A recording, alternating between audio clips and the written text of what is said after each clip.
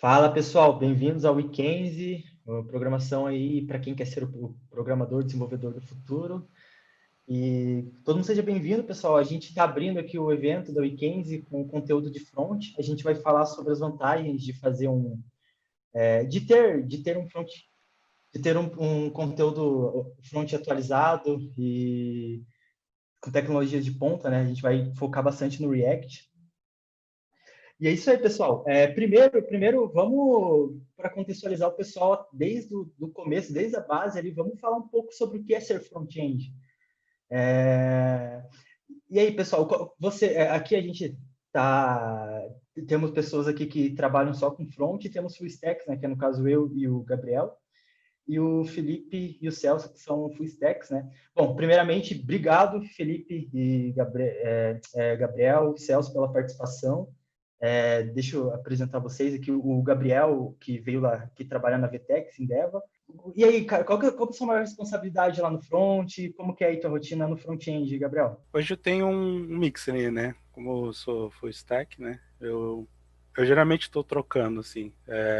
Um tempo eu trabalho no back-end, outro tempo eu trabalho no front-end, mas eu tenho mais especialidade na parte focada em JavaScript, por exemplo. Controle de estado, a parte mais de regras de negócio do front-end, é o que eu mais toco. Tem outras pessoas da equipe que elas são bem mais especialistas do que eu na parte, por exemplo, de CSS e UX. Então eu ajudo muito mais nessa parte. E geralmente, como eu transito esse back-end, eu não fico 100% focado no front-end. Existem alguns momentos que eu fico, mas é só um momento, sabe? Eu transito, assim. Mas essa é mais uma Profissional bem responsabilidade versátil. hoje. É divertido, é divertido isso. E você, Celso, como é que é lá na Bicred? O Celso que veio da Bicred, aí front na Bicred, como é que é lá, cara? O que um front-end faz na Bicred? Então, valeu aí pelo convite, pessoal. Então, lá na Bicred a gente trabalha com um produto que é um crédito com garantia de imóvel, né? E por trabalhar apenas com esse segmento, que é uma fintech, a gente tem vários produtos lá, todos desenvolvidos em React. Então, eu sou focado em front-end lá dentro. A gente tem desde o produto para o B2C, para o usuário final, que acessa para conseguir uma simulação lá dentro. A gente tem um simulador para o cara poder ter o resultado, envia com interações de e-mail marketing, todo um fluxo do produto, como até produtos do B2B, que daí são leads que vêm a partir de parceiros, e a gente tem produtos internos, né, para fazer alguns controles de sistemas próprios e também para cobrança da própria empresa, né? Quando a gente tem a parte da cobrança depois que tem a tomada do imóvel em alguns aspectos daí. Pô, legal, cara.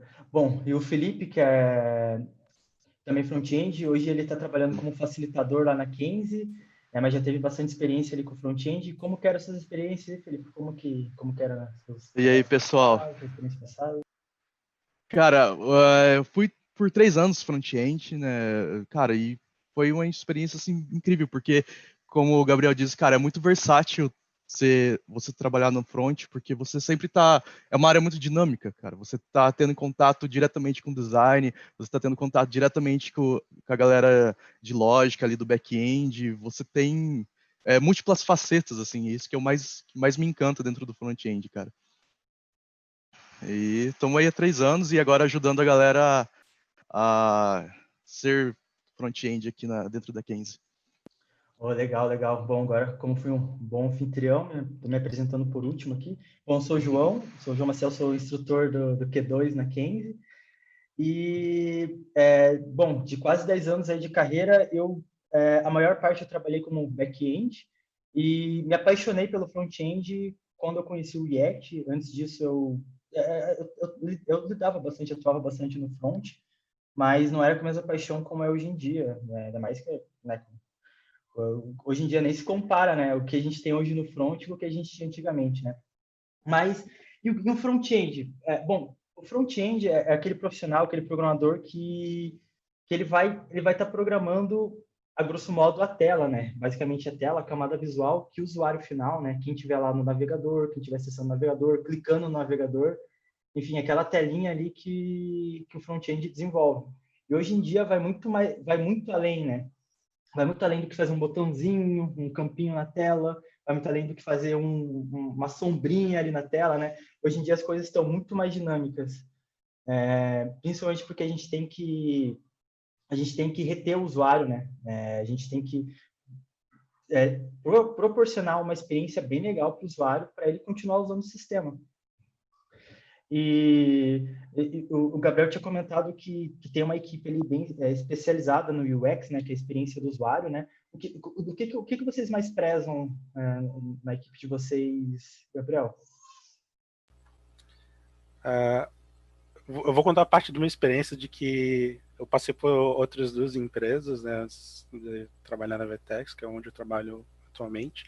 Eu passei por empresas desde que tinham pessoas que faziam parte de teste, pessoas que não tinha ninguém focado em UI, aí depois para um local que tinha pessoa de UI, e agora com o X.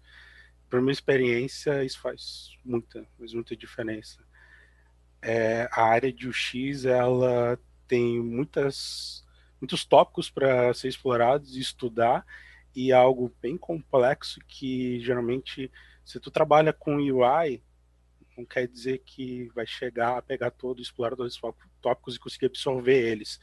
Então, quando alguém pega algo como X e começa a passar para essas partes e começa a desenvolver a tela, começar a pensar na experiência do usuário, começa a trazer outra visão que a gente, como técnico que desenvolve a tela, poderia até mesmo estar enviesado. Então, ter um X na equipe faz uma diferença gigantesca.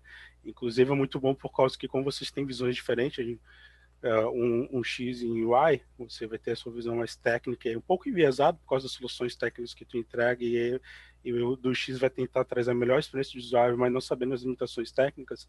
Tem esse debate, cada um puxando do lado para saber como é que a gente vai entregar uma feature, cedendo de um lado do outro pela melhor experiência do usuário e como que a gente consegue até entregar, né, a solução. Então, eu acho que o X faz uma diferença gigantesca, assim, numa equipe técnica. Pô, com certeza, cara, e é um bom ponto aí, porque mesmo no front-end, né, visão como um todo, assim, ou você tem um foco ali que você acha que tem um tato melhor na parte do front, né? Então, cara, na realidade eu sou um cara que é um front-end que veio muito do visual, né? Eu, por ter formação em web design, eu comecei muito construindo UI, fazendo interface, nada de design gráfico, né? Mais designer digital mesmo. E daí comecei a trabalhar com isso, acho que isso que me trouxe muito para o front-end.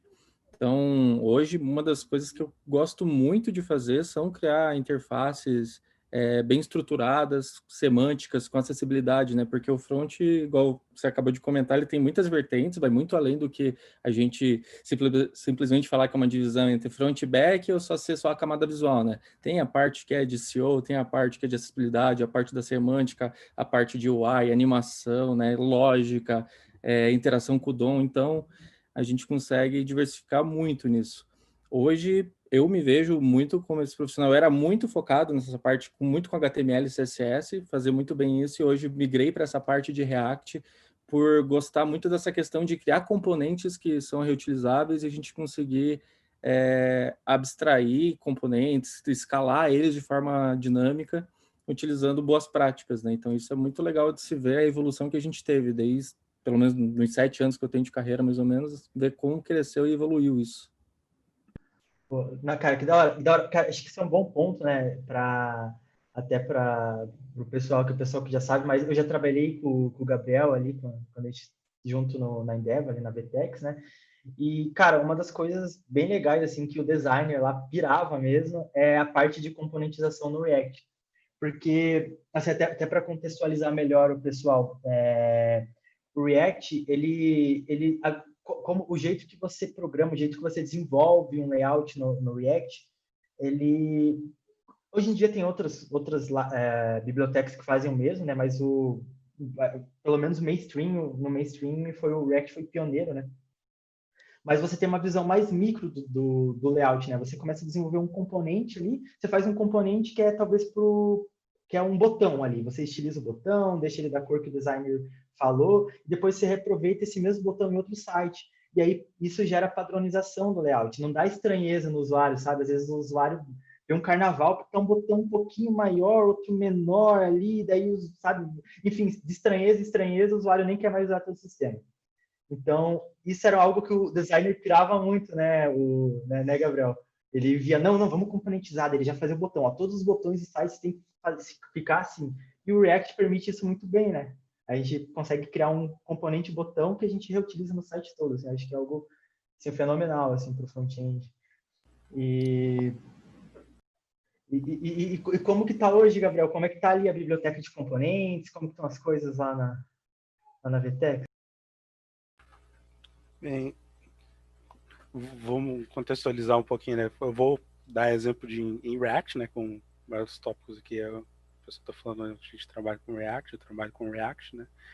Quando a gente vai trabalhar com React, tem algumas coisas que você sempre vai esbarrar. Por exemplo, o React Router ou outra solução semelhante, você sempre vai acabar esbarrando, porque o React ele é mais uma biblioteca. Ele é diferente de um Angular. O Angular ele é um framework, alguns falam até como ecossistema, que ele entrega toda a experiência de desenvolvimento. Então, boa parte disso já está definido para ti, o roteamento, como é que tu vai comunicar um dado com o outro, como é que tu consegue armazenar informações. Então, como tu faz requisições de dados, o Angular ele entrega esse caminho. O ponto positivo é que tu não tem que tomar esses tipos de decisões, o ponto negativo é que se tu não gostar daquela decisão, ou aquela decisão não é tecnicamente boa para o teu projeto, tirar pode ser um pouco doloroso. E o React vai no caminho contrário. Ele só uma biblioteca, só cuida da visualização, ele não cuida nem na parte direita assim, de gerenciamento de estado da aplicação. Então tu vai ter que plugar tudo. O React Router tu vai ter que trabalhar ali com roteamento. Se tu vai querer fazer parte de teste, tu vai ter que escolher uma ferramenta para teste, tipo, o mais conhecido é o Jest. Para fazer teste componente, pode ser um React Testing Library. Se tu quiser fazer teste end-to-end, o mais conhecido hoje que o pessoal usa é o Cypress. E geralmente, aí vai depender do tamanho da empresa, é muito comum tu usar um Toolkit UI e um React Framework. O que é um Toolkit UI? Tipo, é uma biblioteca com vários componentes que são bem customizáveis na parte de CSS para tu montar o básico do teu site. O João deu exemplo antes de, por exemplo, um componente chamado botão. Então, isso aí poderia vir de um Toolkit UI que já trata outros cenários, que o Celso já falou que tem umas especialidades da nossa área de, por exemplo, acessibilidade.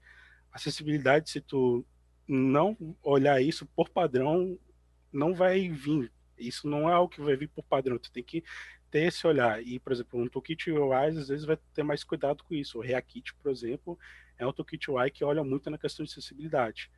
E em React Framework, às vezes o React um framework ele é na ideia do Angular, ele vai tentar te dar mais coisas para como tu vai desenvolver. Por exemplo, o Next.js ele faz a parte de server-side rendering, que é um pouco para o SEO, que é outra parte, que é uma especialidade front-end. A gente também tem um framework para tratar isso. Então a gente tem um monte de ferramentas e a maioria delas são coisas que tu vai plugar. Geralmente não é 100% um plug and play, tipo, não instala e pô, tá pronto aqui, vai funcionar a minha aplicação. Não, tu vai ter que configurar, juntar as peças, para essas peças junto tu conseguir entregar a tua solução. Então tu vai ter várias. Às vezes, por exemplo, até mesmo para requisitar dados, tu pode mudar a sua solução. Como o pessoal usa o Fetch API, que é o nativo, mas tu pode usar um Apollo, um LA, um RQL. Então, quando a gente fala de bibliotecas no mundo do React, tu tem uma coletânea gigantesca que tu pode escolher. A gente estava antes aqui dessa call falando de um buffet, que é agora com essa situação de quarentena a gente não consegue mais um buffet, às vezes tá dando falta disso. React é tipo um buffet. Tu vai ter lá, vai ter várias opções, cara, e cada um monta o seu prato. O que é diferente de Angular, que na verdade lá tu vai chegar lá, não, eu quero esse prato tal, tal, tal. Ah, mas eu quero juntar com esse outro tipo de comida. Às vezes não dá, porque o chefe não vai querer, que é o caso, ele não deixa fazer isso. Às vezes tu consegue mudar com alguma conversa, um pouquinho mais difícil, mas consegue mudar. Cara, sabe que isso é uma pergunta bem frequente aí, o que é um framework e o que é uma lib? Isso é uma coisa bem frequente, assim, gera muita dúvida. Tem gente até, inclusive, que chama o React de framework, porque ele parece, mas não é, né? Que nem você falou, o React é bem simples. Basicamente, o React é uma biblioteca e para você deixar a aplicação mais completa, você tem que usar várias outras bibliotecas, né? Diferente do Angular, que já vem bastante coisa pronta, né? Igual o Gabriel muito bem falou. E é isso que faz o Angular, o framework, né? Além de já ter bastante solução completa, bastante coisa já inferida, bastante outras tecnologias já inferidas, né? Já está cuidando do sistema de rota e tudo mais. Que basicamente, sabe quando você coloca o URL lá do site, ali em cima? Basicamente, o Angular já vem, usa isso aqui. No React, você pode escolher, né? Quero usar isso. Vai, pega, igualzinho, cara, muito boa analogia. Você está lá no buffet livre, você vai, quero uma colher de arroz. Não, quero integral. Entendeu? Diferente, já o Angular é um prato feito, né? Já vem com arroz, não dá para escolher entre. Talvez dá para mudar uma coisinha ou outra ali, um arroz integral, um arroz Cara, branco. adorei a analogia, cara. Tipo, Muito boa. o Angular é tipo um à la carte e o React é um buffet, assim. Muito bom. É boa mesmo. Lembrando como é um buffet, né? Tu pode também escolher algumas variações um pouco estranhas, né? Você pode combinar errado, né? Exatamente. Pode querer botar o feijão e o arroz por cima. Nossa, aí é Tá muito plugando errado, as coisas no momento errado e na camada errada, mas ele tem essa variação que tu pode escolher assim para resolver o teu problema de uma maneira muito boa, entendeu? Com certeza, cara. E o Felipe, eu sei, assim, só pelo jeito de falar, o jeito de andar dele, que ele gosta muito de Style Component, né? Que é algo Gosto. que também ajuda muito aí na... bom, Style Component, aí eu acho que ficou muito popular com o React Native, né? Que é basicamente... bom, o React, ele é basicamente feito para aplicações, para aplicativos web. O React Native, basicamente, ele, a bem a grosso modo, ele transpila o código de JavaScript para o código nativo do iOS ou do Java para Android, né? Hoje, como ele não tem CSS, por mais que ele coloque ali meio que uma enganação bem parecido ali com... Falando bem a grosso modo, né? Ele possibilita você de usar um padrão de estilização do navegador. Só que não dá para usar do mesmo jeito, né? Então, no React Native tinha os componentes já estilizados. Isso também, esse tipo de prática pegou muito no React mesmo, pro navegador, que é algo muito bom. E eu sei que é algo que o Felipe gosta bastante aí, Felipe. E quais são as vantagens aí que você vê nisso, Felipe? Cara, utilizar o Style Component meio que foi um divisor de águas, assim, quando a gente está falando de estilo dentro do front-end, justamente pela questão, pelo React ser uma biblioteca que facilita o gerenciamento de estado, e você ter na aplicação front-end, você tem, cara, coisas acontecendo ao mesmo tempo, e você tem um determinado ponto do código, que é o estado A, e você tem que refletir lá no estado B, lá na parte B do código, o Style Component ele já consegue ter essas features de estado dentro do CSS. Então você pode passar props. É um pouco mais técnico isso, mas ajuda muito fazer páginas super dinâmicas de uma forma simples, assim, sabe? Então eu sou meio que evangelista do Style Component aqui na Kenzie, porque é muito bom, assim, tipo, trabalhar com coisas muito dinâmicas e você precisa estar sempre alterando reativamente os estilos dentro da sua página, assim. Então, é uma tecnologia que eu gosto muito. Porque é muito bom mesmo, porque assim, se a gente usar, por exemplo, só o JavaScript, ali, só o HTML, você tem dois, entre aspas, tipos de código, né? Você tem um código para fazer operações lógicas, que é o JavaScript, e você tem um código para fazer estilização, que basicamente é um padrão que você fala, coloca a cor vermelha, deixa a borda arredondada, faz tal coisa, coloca sombra. Enfim, são códigos separados. Usando o nativo, você não consegue misturar os códigos. Assim, coloca uma lógica aqui para mudar a cor. Você não consegue fazer isso nativamente, pelo menos não tão fácil. Com o Style Component, você consegue meio que misturar os dois. Você consegue colocar uma lógica ali no meio e tal, para se o tamanho da tela passar de tantos pixels, você pode mudar a cor ali, de um jeito bem lógico mesmo. Sim. E vocês já tiveram, você, Celso, Gabriel, vocês já tiveram um desafio muito grande em termos de ter um estilo de uma página extremamente complexa e vocês utilizaram, não sei, o Style Component ou alguma outra biblioteca? Como que foi a experiência de trabalhar, se vocês tiveram a experiência de trabalhar com aplicações com estilos complexos, assim? O que o React ajudou? Cara, o React, assim, usando Style Components, eu sou uma pessoa que no começo, assim, estranhava muito, né? O Style Components, não estava entendendo muito bem, daí você exportar os seus estilos como componentes de style e tal. E com o tempo ali, principalmente na Bicred, a gente tem produtos ali que ajudaram muito com isso. São produtos que a gente chama de white label, né? Então, a gente conseguia personalizar, principalmente para landing pages para parceiros, que cada parceiro, eles tinham uma cor diferente, porque tinha que seguir a marca deles e tudo mais, o style guide deles. E o Style Component veio muito para ajudar nisso, que a gente conseguia lá configurar cores padrões para título, para texto e uma cor primária, né? Que seria tipo a cor principal do nosso parceiro. E recebia isso via props dentro do código e isso tornou muito mais fácil. Se a gente fosse fazer de um jeito mais clássico, tradicional, provavelmente a gente teria que duplicar um código lá usando SAS e tal, criar temas, né? Não, com o Style Component a gente também consegue fazer tema light, dark e tal, só que é algo relativamente mais simples, né? Não tem muita duplicação de código e a gente não precisa ficar pensando em nome de classe e afins, né? É bem mais tranquilo para você passar. Acho que nisso era para ser um problema complexo e o Styled veio bem para resolver isso. Legal, show de bola. Eu acho que o Celso tocou um ponto bem interessante, que a primeira vez que você olha o Styled Components, você sente uma estranheza. Eu imagino que quem tem algum background de ter trabalhado com HTML e CSS antes dessa vibe de React, provavelmente estranhou também quando viu o JSX, que é tipo um HTML misturado com o JavaScript, né? Então, antigamente a gente falava muito, na verdade, hoje a gente ainda fala que é separation of concepts, separação de conceitos, né? É só que a ideia disso foi mudando com o tempo. Antes a gente pensava muito em separação de conceitos pelo tipo do arquivo. É basicamente isso. Tem um arquivo que é JavaScript, eu tenho um arquivo que é CSS aqui, e eu vou separar por causa que são tipos diferentes. Só que o React, ele trabalha ainda com separation of concepts, só que a abordagem é outra, na verdade, sim. Eu tenho um componente, botão, e o meu conceito aqui, na verdade, é o botão, não importa se é JavaScript ou CSS. Então, na verdade, o botão, ele dificilmente vai funcionar bem sem a parte de CSS. Então, eles andam muito juntos um do outro.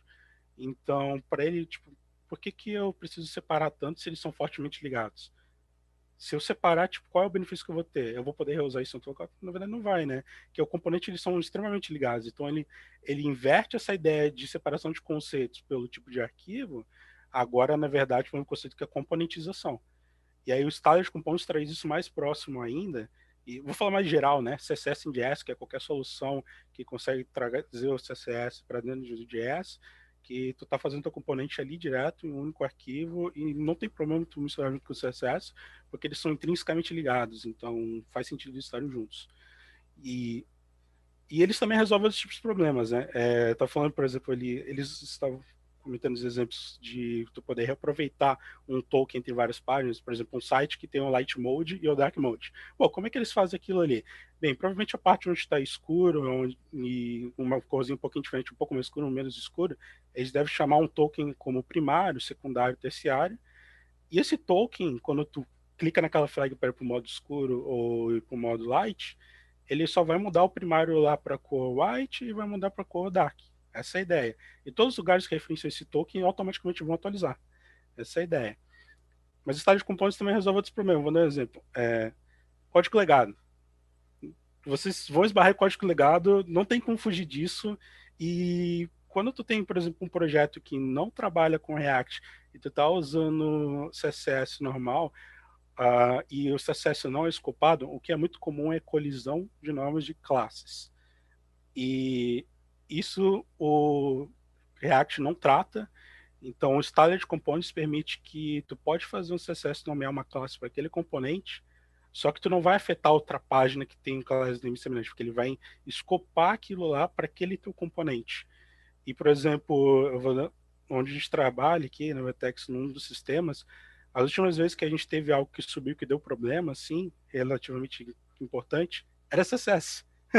que ironia, né? O que estava quebrando era CSS, por causa daquele class name que dava colisão com o código antigo. Então, ele também resolve isso. Essa é a minha ideia.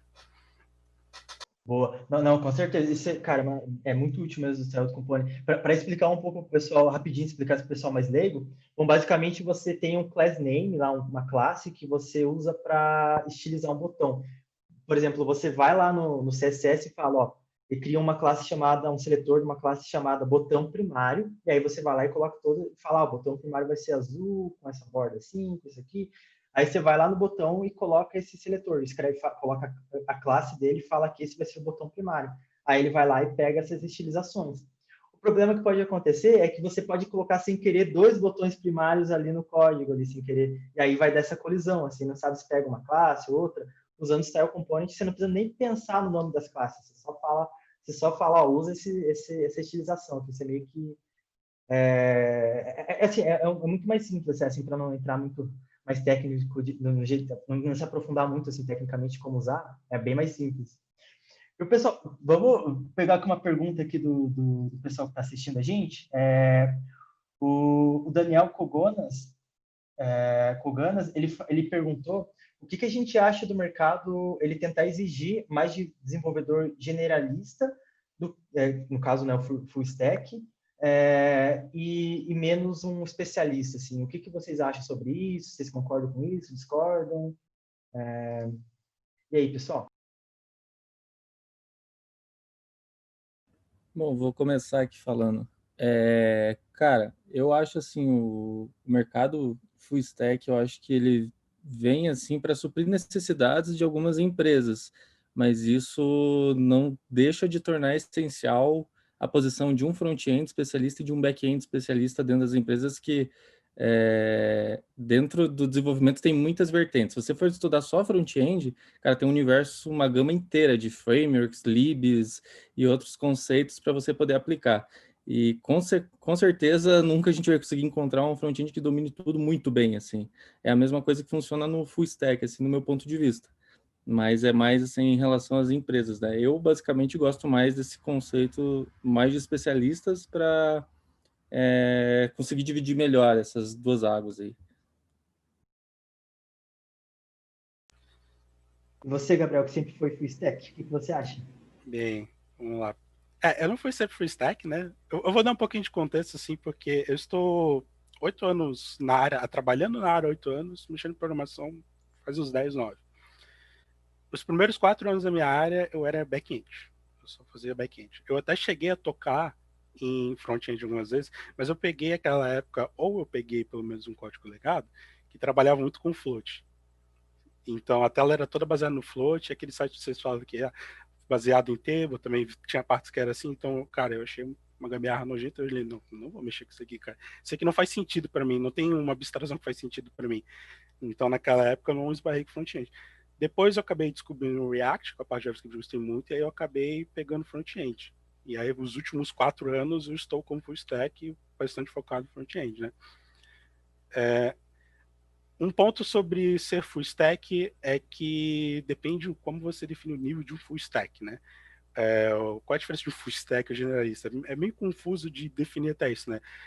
Um full stack é o cara que passou por todas as áreas, ou é o cara que é razoavelmente bom em todas as áreas? O que eu vejo mais que acontece, assim, você tem especialistas e você tem especialistas que são generalistas também, porque eles conheceram um pouco das outras áreas. Então, às vezes, o cara foi lá, explorou um pouquinho de cada área, mas decidiu em uma em diante e seguir com essa ali.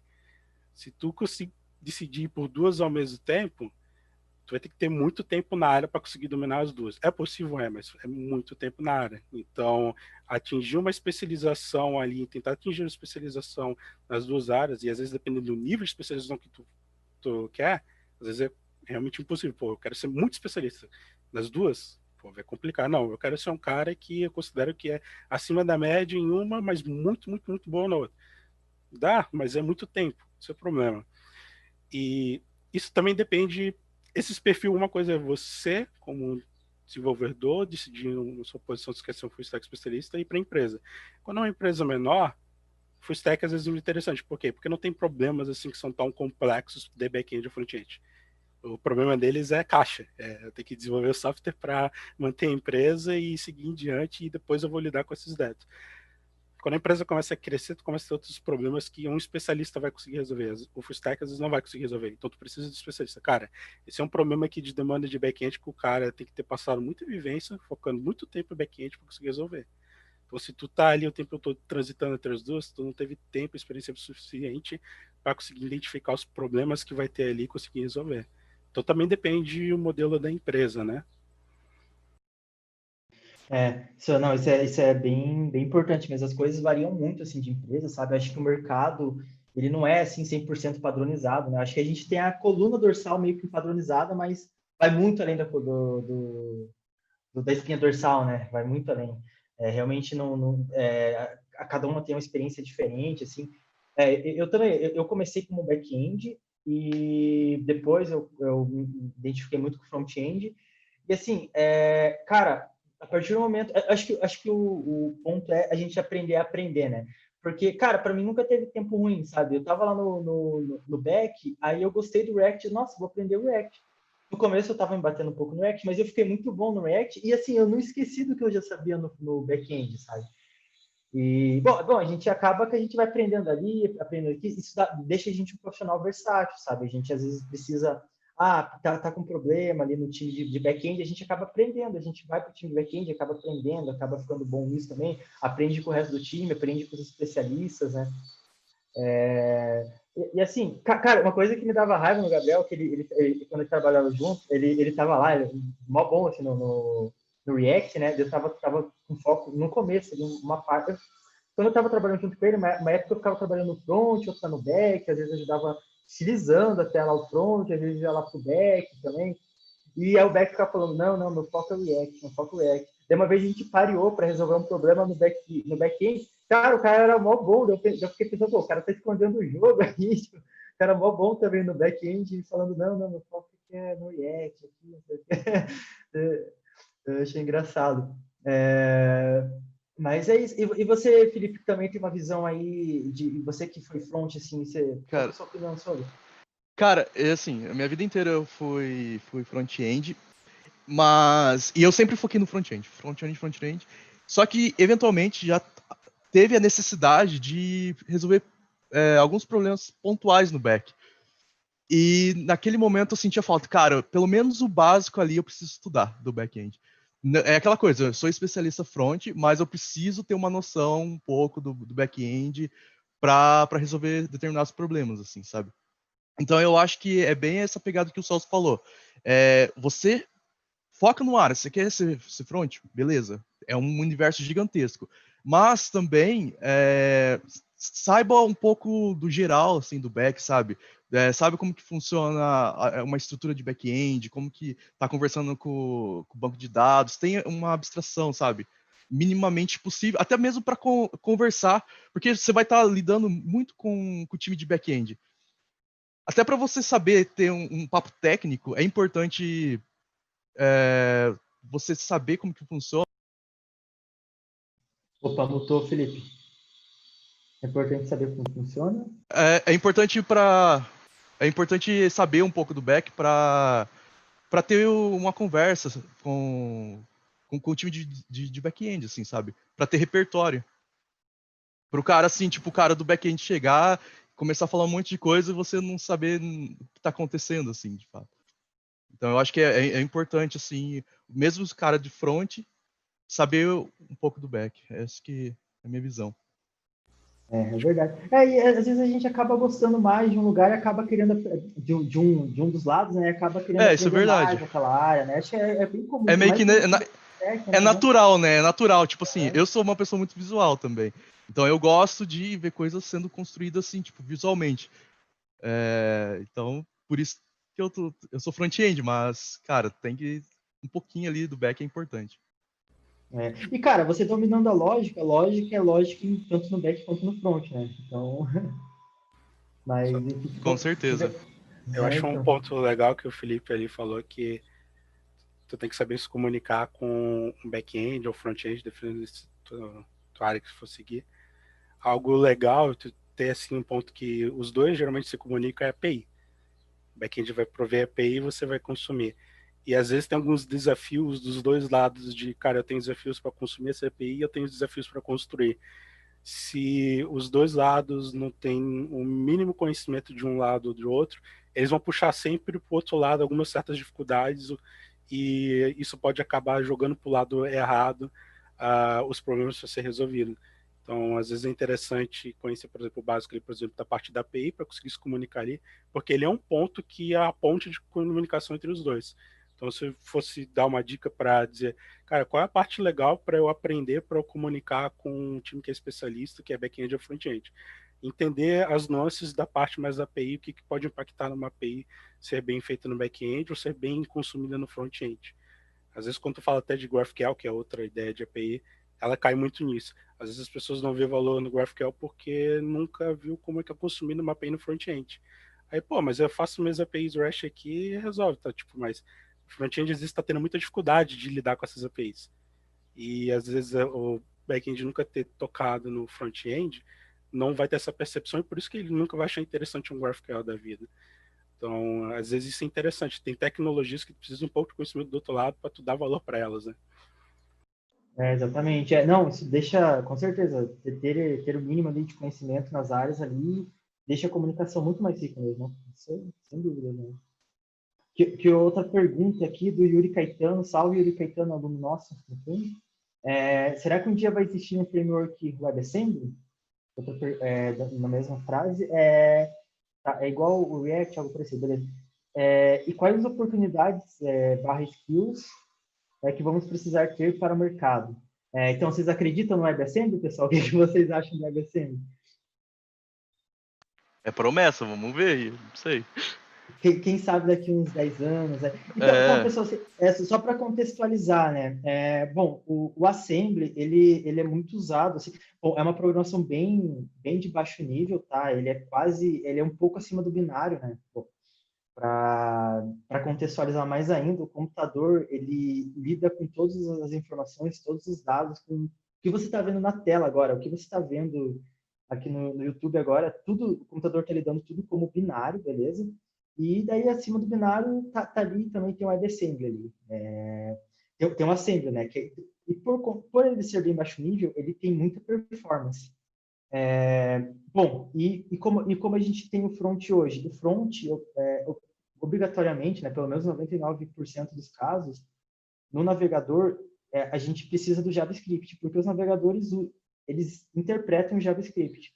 Aí saiu uma promessa aí uns 4, 5 anos atrás de que logo vão ter os navegadores que vão ler meio que uma adaptação, vão interpretar, vão compilar, na verdade, uma adaptação do Assembly, só que para o navegador entender. Lá vai ter as utilizações, enfim, uma linguagem bem baixo nível que o navegador vai usar. E o que vocês acham, pessoal? Você acha que é promessa? Acha que um dia a gente vai chegar nisso? Eu acho que é uma pergunta muito complexa. Às vezes, quando Realmente. você faz pergunta assim, imagina que, por exemplo, a gente conseguia responder, mas ele depende de muitos fatores. E o que eu poderia dizer, por exemplo, de WebAssembly do que eu sei? Eu trabalhei um tempo com C Sharp, meus primeiros 4 anos ali com C Sharp, e hoje tem a promessa do Razor, que Blazor, desculpa, Blazor, que ele consegue trabalhar com WebAssembly. Só que você tem muitos outros desafios além do que uma linguagem compilar para o front-end. Por exemplo, primeiro tem que otimizar. O JavaScript é muito otimizado. Tu consegue fazer um código JavaScript muito performático. Por quê? Porque a galera que trabalha no compilador JavaScript, na V8, eles estão fazendo um ótimo trabalho, porque é uma linguagem que tem muito mercado. Então, é mais fator ainda porque eles têm que trabalhar e eles vão ter muitos dados para embasar as decisões deles de como otimizar o JavaScript. E o que eu posso dizer uma coisa tem algumas palestras no nosso JavaScript, por exemplo, como array é difícil de deixar otimizado no JavaScript, é muito difícil. Porque como tu pode ter vários tipos de dados diferentes, é algo difícil. Agora, quando tu vai para um linguagem tipo C Sharp, tu pode definir um array e ele vai ser só de inteiros, então é mais fácil customizar. Só que ainda tem várias outras coisas que tem que usar e o ecossistema. Então, por exemplo, hoje a solução de C Sharp WebAssembly, ela é muito lenta comparada às outras. Ela é muito, muito lenta. E ela é muito grande, assim. Por exemplo, eu não lembro quantos megas que era lá, mas eram alguns megas só para poder fazer um Hello World com a versão do WebAssembly de C Sharp, e que não é algo interessante para hoje em dia. A gente tem outros tipos de serviços front-end que isso não escala bem. E também tem ecossistema. Cara, de React eu não falei só algumas bibliotecas ali, eu falei muitas poucas. O ecossistema é muito gigante. Então, é muito mais engajamento da comunidade.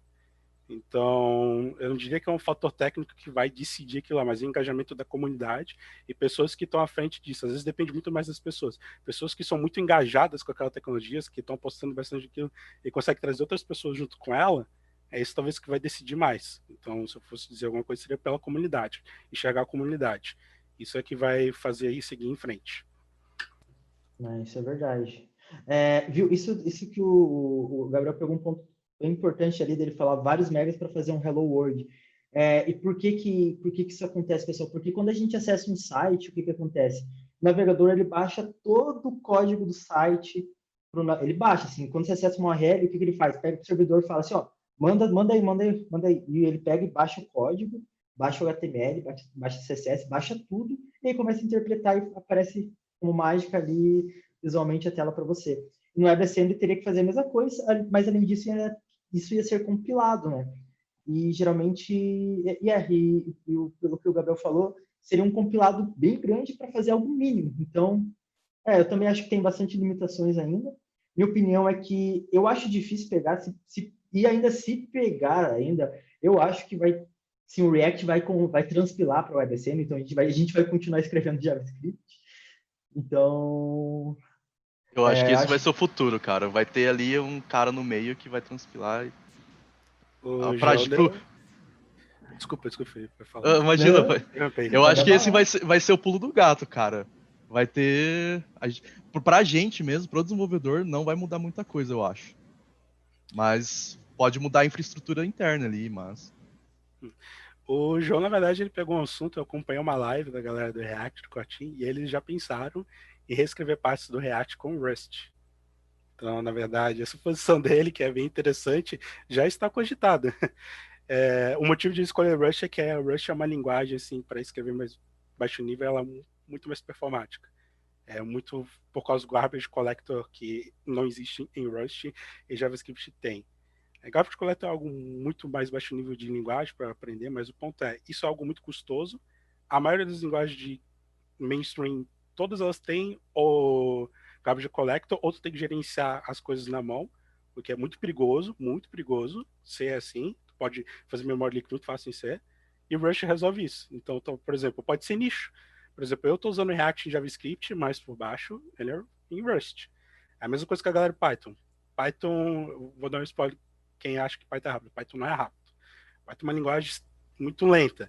Só que a galera trabalha com Python e AI e essas outras coisas, e data science, e assim, mas é muito rápido aqui. As bibliotecas que Python usa são feitas em C++ e dá bind para Python. Então, essa é a ideia também. Pode ser nicho. Tu pode consumir alguma coisa que é feita em outra linguagem, com WebAssembly, que resolve um problema específico, por exemplo, CSS, a questão da GPU, de usar a GPU para fazer renderizações, fazer cálculos muito rápido. Então, ele pode resolver nichos também. Se eu fosse apostar algo, eu diria isso. A WebAssembly, ele pode surgir, como, por exemplo, eu apostei muito em Rush, que ele pode resolver nichos. É um bom ponto mesmo. E você, Celso, já tem uma opinião formada sobre o que você acha aí do futuro do front-end? Cara, não tenho muito uma opinião formada sobre isso. Eu acho que ainda é uma promessa, mas vou muito na vibe de vocês também, que acho que pode vir para melhorar alguns aspectos e, igual o Felipe falou, que acho que para a gente não vai mudar muito na hora de desenvolver mesmo. É verdade. Talvez tenha uma biblioteca ali. E assim, o que a gente não pode reclamar, a gente pode ter inúmeras reclamações do JavaScript, mas a gente não pode reclamar que ele é lento, né? Que nem claro, né, daí vai chegar alguém, não, mas ó, se você pegar um array, colocar um array aqui, olha que lento que vai ficar. Claro, né, vai ter um ponto fraco, assim, não tem muito o que fazer, mas no geral, assim, o JavaScript é bem rápido. Mas, vendo outra pergunta aqui, do Júlio Losovei, qual o conselho que a gente daria para quem está começando agora na área de front-end? E aí, pessoal, qual o conselho que vocês dariam? E aí, Celso, você que começou já no front? Então, cara, o conselho que eu daria para a pessoa que está começando se aproximar muito da área visual de UX e UI e ter, né, uma mentalidade, talvez, que front-end não é só JavaScript, né? Hoje a gente está focando muito em React e tudo mais, mas vai muito além disso. Então, que o cara consegue construir interfaces, talvez até sem JavaScript, que não necessariamente o React, não necessariamente o Angular, mas talvez o cara consiga usar um boilerplate, criar do zero HTML e CSS dele e fazer interações que o JavaScript faria direto até com CSS.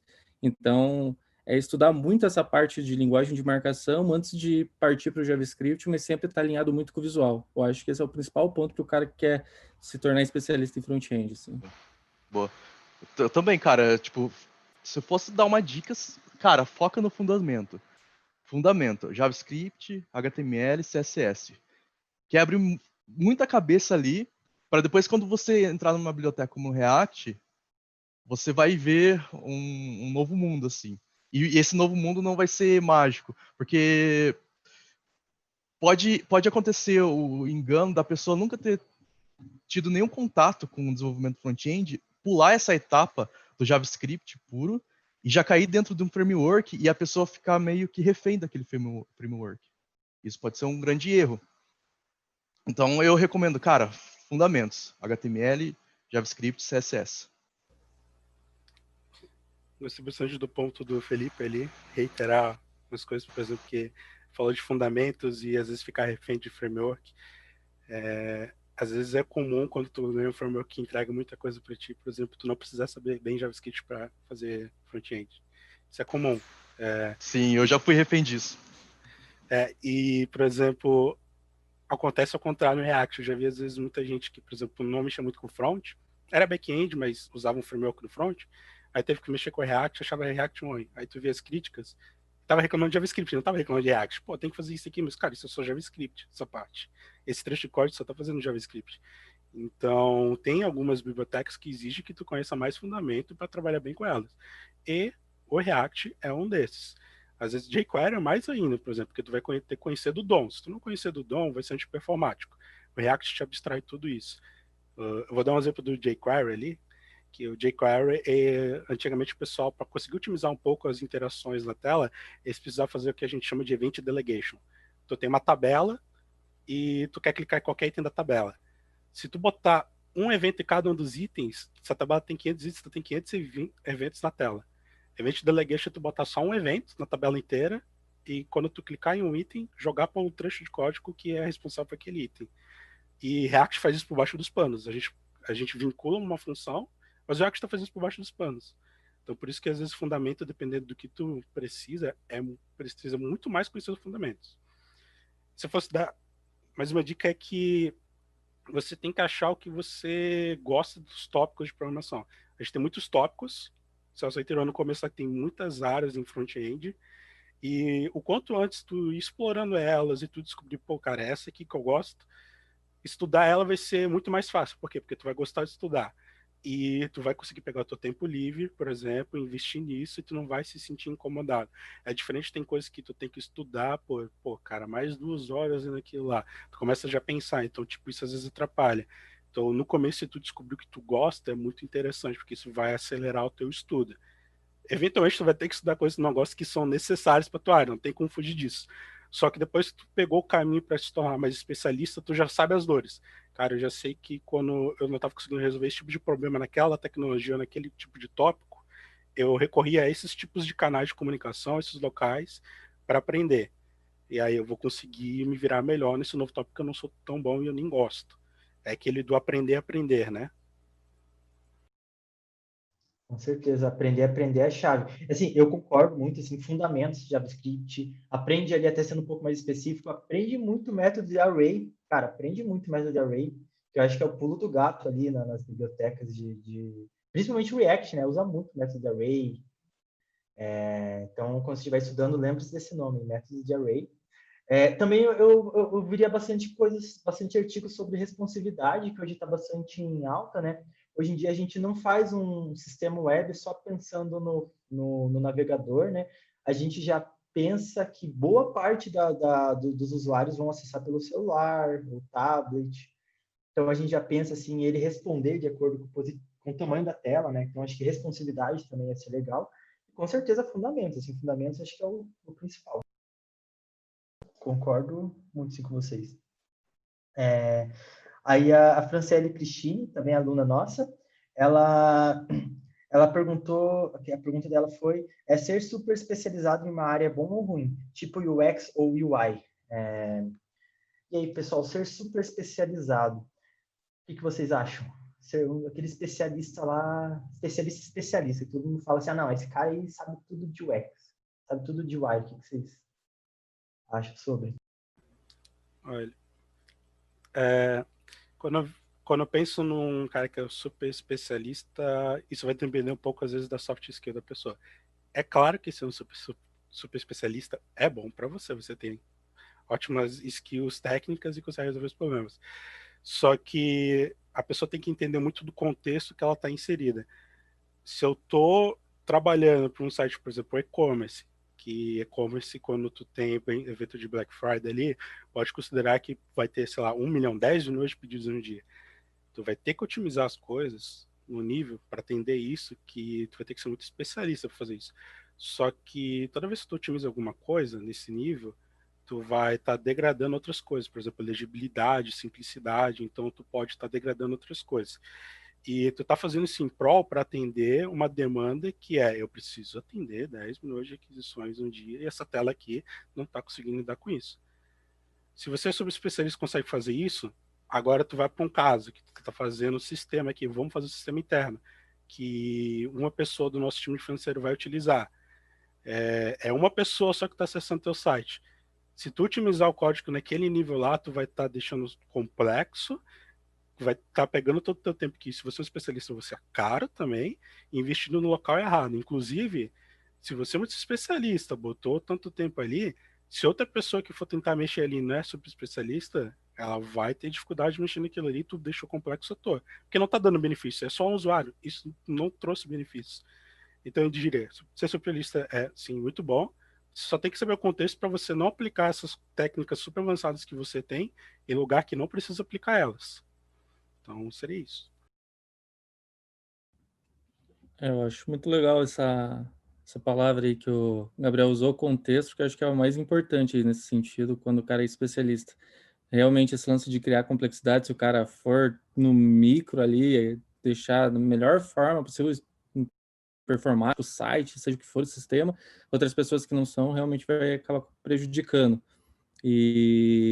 Mas também, como ele comentou de contexto, acho que dependendo do contexto que ela tiver inserida, se tiver outras pessoas que também são especialistas em outras frentes, isso vai ser muito bom para o desenvolvimento do sistema, do produto em si, porque todo mundo vai conseguir agregar domínio e daí acho que o principal nesse ponto daí é a pessoa querer aprender coisas novas, né? Que ela já vai ser muito especialista nisso e pegar um pouquinho de outras frentes para poder não ficar só presa naquilo, porque assim como o Gabriel comentou, sua hora é muito cara, talvez você vai dedicar o tempo errado, ou talvez você não vai ter muito o que fazer em alguma situação, então isso daí pode ser ruim para você, mas no geral, pensando no você como profissional, sempre é muito bom, né, você ser especialista em alguma frente.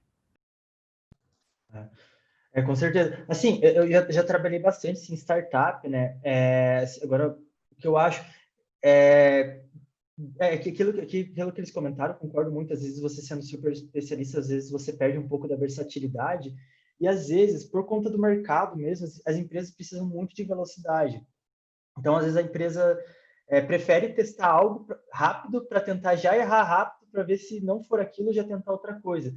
E, às vezes, você está especializado em algo, assim, e se a empresa precisar mudar para uma outra coisa e você não tiver aquela especialidade ali, entendeu? Pode prejudicar um pouco a tua carreira, sabe? Então, por isso que eu acho que ser super especialista, às vezes, não é o melhor caminho. Claro, tudo depende do contexto, igual foi muito bem dito, mas eu preferiria ganhar um pouco mais de versatilidade, perder um pouco de especialidade do que por conta dessa velocidade, né? Que daria. E aí, Felipe? Cara, eu repetindo assim aquela ideia, tipo, eu acho muito importante a pessoa se especializar em algo, mas ela nunca se isolar na sua especialidade. Eu acho que assim, tipo, tem que ter um pouco de equilíbrio. Você escolhe uma área, vai muito a fundo nela, mas sempre tá acompanhando meio que por cima outras áreas, assim, principalmente áreas correlatas à sua. Então, por exemplo, se você é um cara de UX e de UI, cara, seja o cara mais especialista possível, mas tem um pouco de visão, assim, das coisas que estão bem próximas de você e não deixa, não fique cego em relação a essas outras coisas que tá acontecendo, sabe? Porque eventualmente pode rolar uma mudança de contexto e você precisar subir, voltar e descer em outra, se especializar em outra área, assim, sabe? Então acho que um equilíbrio entre o generalista e o especialista, acho que é uma boa estratégia, assim, até como posicionamento de mercado. Boa, boa. Não, com certeza. Eu concordo também. Temos um pouco mais de 10 minutos aqui. Tem bastante pergunta aqui. O João Pacheco, outro aluno nosso, ele perguntou para o Felipe, especificamente o Felipe, ali, ó, o que seria melhor, Style Component, SAS ou SCSS? Cara, eu não trabalhei muito com SAS. Eu trabalhei mais assim com CSS puro e o Side Component. Eu sei que o SAS tem umas coisas bem legais para fazer. Tipo, dá para você escopar contexto ali no CSS, enfim, fazer umas coisas bem interessantes. Mas dentro do mundo do React, eu sempre opto por Style de Component, justamente pelos aqueles pontos que a gente comentou. Você consegue trabalhar com estado de estilo de uma forma muito integrada com o React. Assim. Você faz componentes estilizados, sabe? Então, é meio que você está colocando na mesma linguagem, no mesmo nível assim, de intimidade o estilo e a sua lógica. Então, eu sempre gosto e opto por Side Component quando toco algum projeto do React. Boa. O Dionísio Júnior fez uma pergunta muito boa aqui. Na nossa opinião, o Full Stack é a melhor entrada para conhecer o mundo da programação? E aí, pessoal, o que vocês acham? Será que é a melhor entrada, assim, para conhecer bem, para ver o que gosta, o que prefere? Eu acho interessante, cara. Eu acho você ter uma visão do todo para ver o que você gosta mais, onde você gosta mais de jogar, e você, por afinidade, escolhe um lado. Eu acho interessante. Tanto para o front não ser uma caixa preta quando você está no back, quanto para o back não ser uma caixa preta quando você está no front. Acho que é legal o desenvolvedor júnior já ter essa noção assim do todo. Eu acho que é uma boa porta de entrada também. O cara já fica mais naquele equilíbrio, né, que a gente estava conversando há pouco ali, do cara já conhecer um pouquinho de todo o ecossistema, como funciona o front e o back, para daí, se for o caso de seguir uma especialidade, o cara sabe bem o que é melhor. É bem esse ponto mesmo. Eu concordo, pessoal. Acho que eu diria que uma das melhores seria full stack mesmo. Você pode até virar um especialista depois, né? Não quer dizer que você entrou com full stack, você tem que ser full stack sempre. Então, teu rumo de carreira pode mudar. E eu acho que full stack, ele abre mais portas para você conseguir descobrir o que você gosta. Claro que alguém pode, eu caí como back-end e eu já descobri que eu gosto de back-end, pode acontecer, mas como full stack, tem menos chance desse caminho ali que é 50-50, tu cair talvez do lado errado e depois tu ter que trocar, né? Concordo mesmo. Assim, claro, um exemplo ali da Kenzie, tem muitos alunos ali que já se apaixonam pelo React e falam, não, é isso que eu quero fazer da vida, né? Mas às vezes vai e conhece o Python ali no trimestre depois, acaba gostando também, né? E às vezes pode até falar, não, agora eu quero ser back, né? Ou às vezes, não, eu quero fazer os dois. Não, mas realmente, assim, além de tudo, também abre mais portas de oportunidade mesmo, de achar vagas ali, você começando como full stack, né? Eu acho que é a melhor opção mesmo para começar, Dionísio. O Luiz Milek, ele perguntou se adianta saber renderizar, mas não saber o que está renderizando. Eu achei um pouco peculiar essa pergunta. Eu acho que até consegui entender, assim, talvez, eu sei escrever código, mas não sei o que está acontecendo ali num todo para estar gerando aquele código ali. Assim, adianta, mas acho que é bom saber ali, procurar sempre se aprofundar no conhecimento, saber o porquê que está renderizando, o que acontece ali quando eu escrevo um código do JSX, né, que o React usa bastante, que até o Gabriel falou ali e tal. E aí, pessoal, o que vocês acham ali de estar conhecendo cada vez mais a fundo? Vocês acham que adianta ou às vezes saber general e saber que codando o que você codou apareceu na tela tá bom? Eu acho que é bem importante você saber o que está acontecendo, né? Mas eu acho que isso vem muito daí, acho que um pouco de conceito, padronização, né, do código. Por exemplo, a pessoa sabendo se organizar e criando uma estrutura de projeto bem organizada, como acho que grandes projetos, a maioria dos projetos que eu vejo, pelo menos em que eu trabalho, é baseado em separação de componentes em containers e components. E isso já ajuda você a entender quando você cria uma página, uma visualização, algo maior, e quando você cria componentes no escopo menor. Então, como que você vai construindo essas telas? Acho que se for mais ou menos essa pegada, acho que precisa pensar um pouquinho melhor para entender isso. Não, com certeza, saber assim, mais a fundo a tecnologia e tudo mais te abre várias, te dá assim, um leque de habilidades até, eu diria, que faz você fazer um código melhor, código mais otimizado, um código que outras pessoas conseguem entender. Então, acho que é sempre bom saber bem a fundo a tecnologia, viu? Vai fazer bom para a carreira também. Acho que você não vai perder nada assim estudando, vale a pena. O Rafael Salles. Salve, galera. Salve, Rafael Salles. O que vocês acham sobre o estudo de estrutura de dados e algoritmos para o front-end? Para um desenvolvedor front-end, você acha que é importante ter um estudo ali de estrutura de dados, algoritmos? O que vocês acham? Interessante essa pergunta, bem interessante. Eu acho que, ao menos, front-end hoje exige menos de conhecimento de estruturas de dados e algoritmos. Ele exige menos. Isso vai até um pouco por causa do JavaScript, porque se você for estudar estudos de dados e algoritmos, tu vai conhecer conceitos como lista, array, fila, query e linked list. Esses 5 no JavaScript se chama array. Você junta os 5 conceitos em um só. Então, como tudo se resolve só com arrays e objects, geralmente no JavaScript, isso faz com que as soluções sejam guiadas para isso. Só que se tu quiser entender como otimizar algo, saber como às vezes uma coisa funciona debaixo dos panos muito bem, tu vai ter que entender estrutura de dados e algoritmos. Eu vou dar o exemplo do React. Como é que o React funciona debaixo dos panos? O React funciona com uma árvore. Ele funciona com uma árvore n-área, significa que a árvore tu tem um nó, por exemplo, tu tem um body, e aí tu tem embaixo dele aqui uma tabela, e tu tem um header, e tu tem um footer. Então, esses são elementos filhos. E essa árvore vai seguindo assim em diante, né? Como é que o React é tão performático? Porque se fosse estudar estruturas unificadas, tu vai saber que se tu pega uma árvore e tu compara com a outra, que é quando tu atualiza o estado do React para outra árvore, se tu fazer a comparação para saber exatamente a diferença que deu os dois para aplicar a diferença na tela, isso é O de n elevado a 3. Significa que se tu tem 10, isso vai ser 10 mil, 100 mil, mais ou menos, iterações. Isso é absurdamente custoso.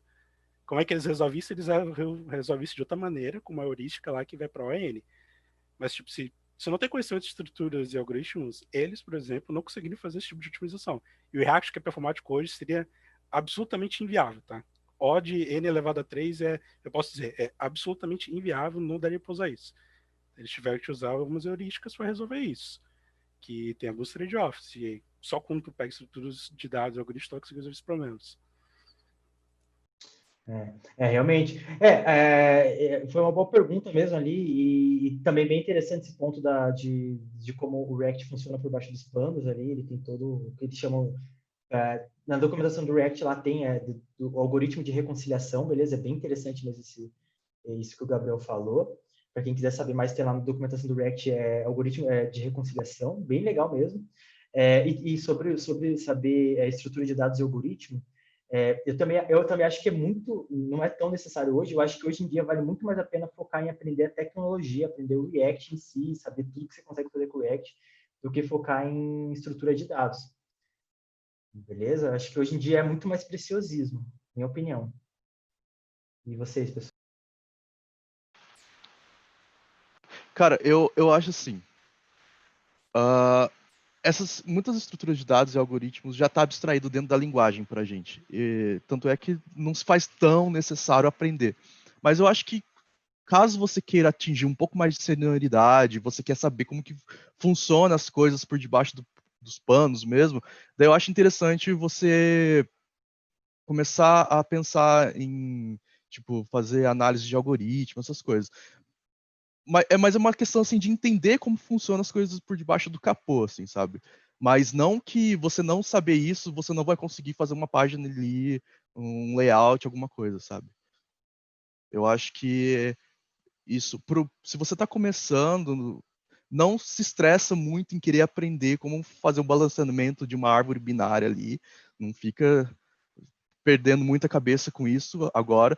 Foca mais ali dentro do escopo da linguagem, assim, tipo, resolver problemas mais reais do dia a dia, tipo, fazer um formulário, fazer umas rotas, enfim, problemas que são práticos, sabe? Depois que tudo Isso isso é estiver legal. dominado, daí beleza, cara, agora vamos entender aqui como que funciona o algoritmo de reconciliação do React ali no core do negócio.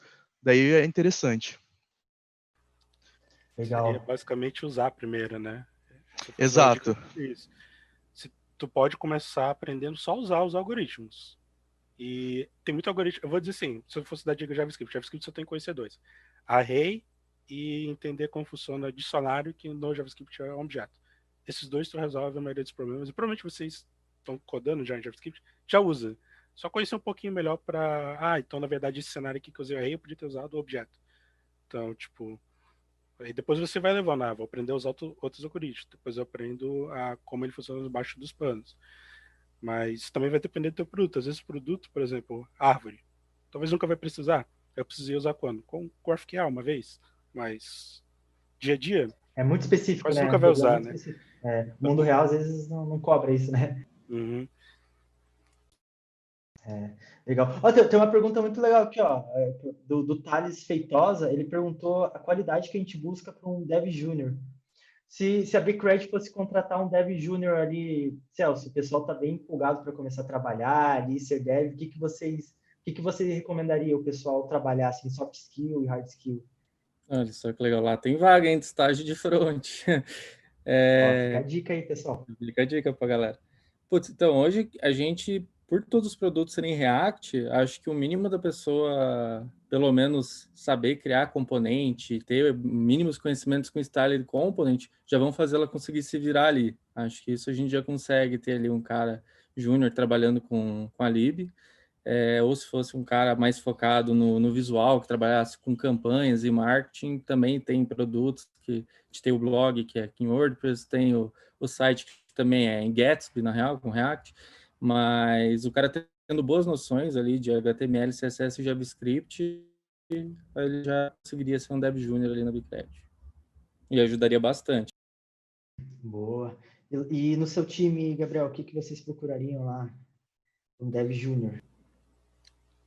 Acho que por um Tá Dev Júnior, começando, assim, o interessante é que quando seja uma pessoa que tenha talvez mais soft skill, porque soft skill é um tipo de habilidade que é um pouquinho mais complicado, às vezes, de você trabalhar. Hard skill, tu vai melhor com o tempo. Então, tu conseguir aceitar o feedback, se tu tá com dúvida, ir atrás, não se deixar travar, porque quando você é mais júnior, eu já fiz isso também, imagino quase todo mundo já fez, uma vez ou outra, você tá com uma dúvida, tu tá gastando dias para tentar resolver, o problema para ti parece, tá olhando por fora assim, cara, parece que é trivial, mas eu não tô conseguindo resolver, então eu não quero falar com os outros para incomodar eles, mas eles vão ver que eu não sei resolver um problema trivial. Só que às vezes é bom tu dar uma destravada, falar com os outros e pedir essa ajuda, então não ter esse tipo de medo, assim. Eu diria que é interessante. E assim, isso é uma skill que dá para tentar desenvolver, só tem que desde o começo ser assim, tipo, cara, eu não vou ter medo aqui de trocar com o pessoal, vou saber quando também, né? Não vou chamar para absolutamente tudo, né? Mas não ter esse tipo de medo para conseguir evoluir na carreira o mais rápido possível. boa, boa. Cara, isso é bem importante. Eu acho que o que resume, assim, acho que até o que os dois falaram é comunicação. É aquilo, bem que o Gabriel falou, hard skill a gente vai aprendendo, vai até aprendendo ali os padrões da empresa, junto com a empresa, conforme vai crescendo a carreira. Agora, soft skill é algo que dá um diferencial bem grande, principalmente na entrevista, né? Talvez dá para ver bem ali que a pessoa é comunicativa, se a pessoa ali aceita um feedback, né? Você conversa com a pessoa, dá um feedback, ali, talvez uma crítica, a pessoa já vê a reação rápido ali na hora da entrevista. Então é importante. É uma coisa assim que tá bem até alinhado assim com a Kenzie, porque a gente cobra bastante comunicação, a gente está sempre incentivando o pessoal a ser comunicativo, a gente tem bastante flexibilidade desde que tenha comunicação. E é assim que é o mercado de trabalho, né, pessoal? Às vezes a pessoa vai atrás ali, mas se ela for comunicativa, avisou antes que vai atrasar já avisou, deixou o time alinhado que talvez atrase ali por causa de um problema técnico, com o pessoal de vez em quando, né? Então é bem mais fácil relevar, né? Até para o time já ir se programando, né? Com certeza, pessoal. E os hard skills ali que eles falaram também concordo, isso acho que é bem legal, acho que principalmente ele sabendo o fundamento ali básico, mostrar que sabe que está disposto a aprender cada vez mais também, acho que vocês já vão ser contratados rápido e, além disso, vão crescer muito rápido na carreira, pessoal. Então, acho que são pontos bem legais ali. Pessoal, a gente tem 2 minutos. Acho que... Desculpa, pessoal, não deu tempo de responder todo mundo, mas foram muito boas as perguntas aí. Obrigado pela participação no chat. Obrigado também vocês, de novo, assim, obrigado por terem vindo, por estar participando aí da conversa. Espero que vocês apareçam mais vezes aí. Acho que foi bem legal, super produtivo. E aí, Gabriel, quer deixar algum recado? Quer deixar aí um recado motivacional aí para o pessoal focar na carreira? O que você... Eu diria aquilo que eu falei antes, né? Acho que você gosta na área, que descobrindo isso, as coisas vão ficar mais fáceis com o tempo. O começo sempre é difícil, tá? Então, quem tá iniciando assim, cara, o começo é a parte mais difícil, né? Eu imagino que isso em qualquer carreira. O começo é a parte mais difícil. Então, tá engajado no começo que depois as coisas vão desenrolar melhor. Isso é questão um pouquinho de tempo mesmo. Legal, legal. E aí, Celso, quer deixar um recado? Boa. Não, a galera também, igual o Gabriel aí falou, é sempre difícil no começo. Não fiquem assustados quando vocês verem muita coisa, que isso é normal, mas também front-end, como eu já falei antes, não é só JavaScript, é bom ter os fundamentos. JavaScript é algo super poderoso hoje, que tem evoluído muito nos últimos anos, então foquem no fundamental para depois irem para o JavaScript, que vocês vão ter só sucesso. Boa, boa, com certeza, pessoal. Sei o pessoal, assim, tá do lado da Kenzie, nossos alunos estão doidos para começar na área. E uma coisa também, ó, deixar um recado aí, pessoal, para quem está começando a estudar, vocês vão lembrar dessas palavras. Foquem bastante em testes automatizados. Eu sempre falo isso para minha turma, para focar bastante em teste automatizado, porque isso vai te dar um diferencial. Cara, porque, por exemplo, alguns dos nossos alunos já estão trabalhando na área, estão fazendo trabalho de 6 horas, e eles já chegaram trabalhando na área fazendo teste automatizado. Cara, eu nunca vi isso na minha vida. Então, assim, nunca vi gente já começando, primeira oportunidade de emprego, já fazendo teste em Jest. Então, assim, Então, assim, é algo que eu fico até orgulhoso, assim, de ver os alunos ouvindo assim o que eu falo. Então, ó, fica a dica aí, ó. Esses alunos que estão na 15 vão crescer super rápido, porque lembraram disso que eu falei. Lembre de teste automatizado. Então, isso aí que eu... Ricardo, Quem eu queria passar pra você. Oi? dera tivesse sido assim no começo.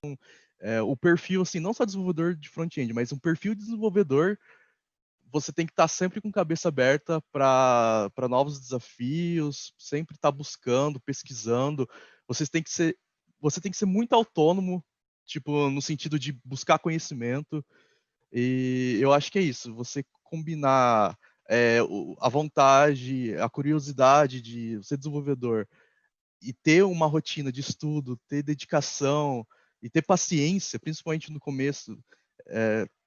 Você tem que ter muita paciência de que as coisas não vão ser construídas assim da noite para o dia. Demora anos para a gente chegar num patamar que a gente julga ser bom, assim.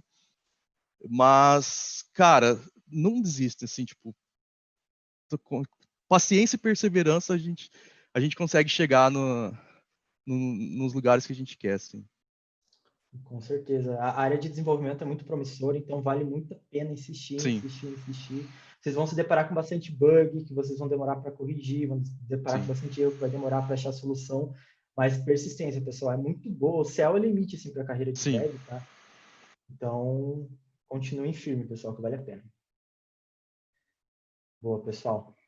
Obrigadão aí, obrigadão pela participação. E é isso aí, pessoal.